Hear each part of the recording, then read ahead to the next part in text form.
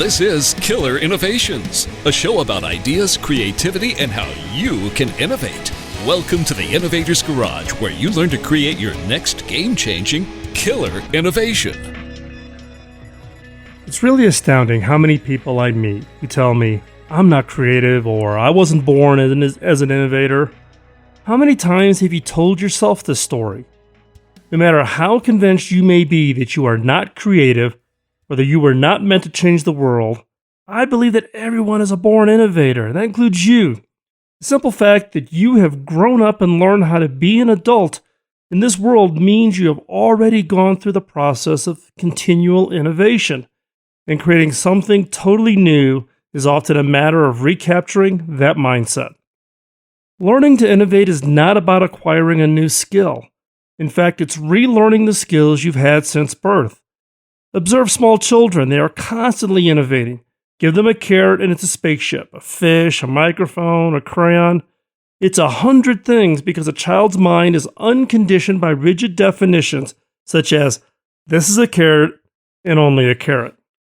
Working with children reveals the depths of their capacity for innovation and spontaneous creativity. The mind of a child is a realm of endless possibilities, no matter what the task at hand. And whether or not you remember, you too once viewed the world with the eyes of a child. Innovating is natural, but nobody said it was easy.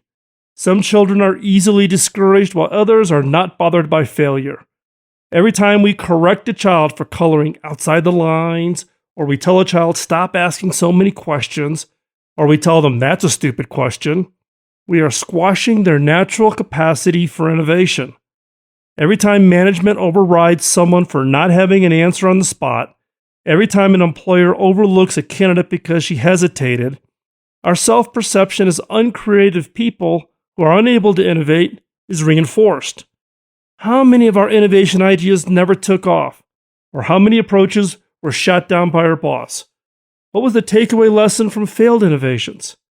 Learning to face our failures and take them as useful lessons allows us to continue drawing outside the lines without losing confidence in ourselves.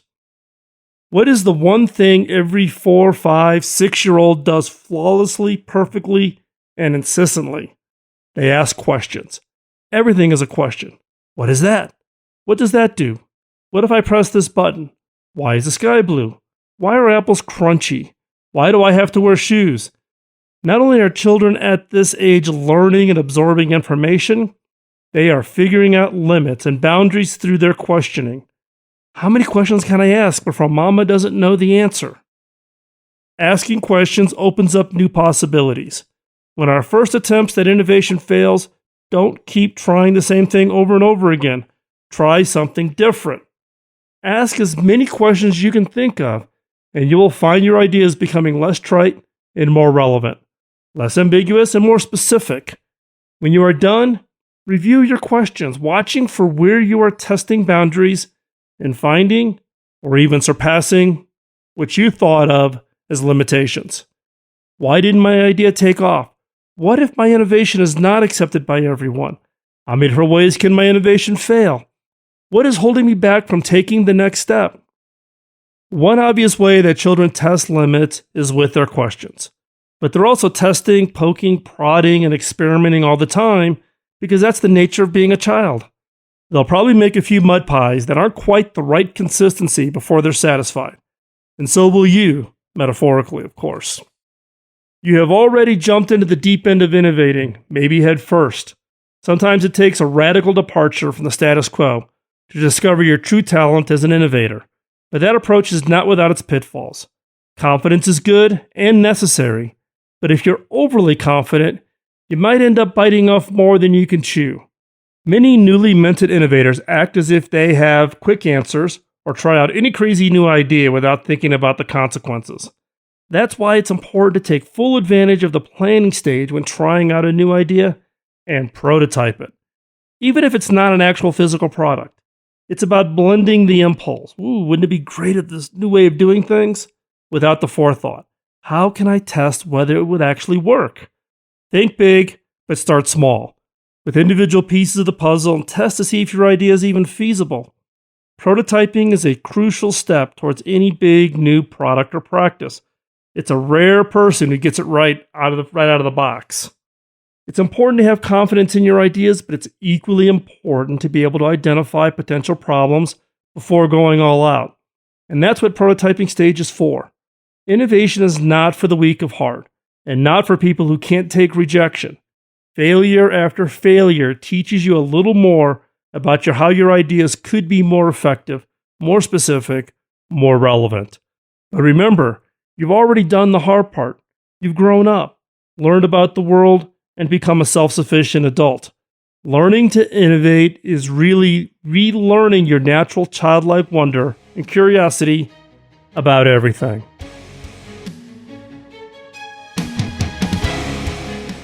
A quick update about the show. The Killer Innovations podcast has been picked up for national syndication as a talk radio show on the BizTalk Radio Network.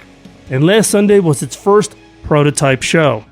The show is live each Sunday at 5 p.m. Eastern, 2 p.m. Pacific, and then rebroadcast on the following Saturday at 6 a.m. Eastern, which is 10 a.m. Greenwich Mean Time for our international fans.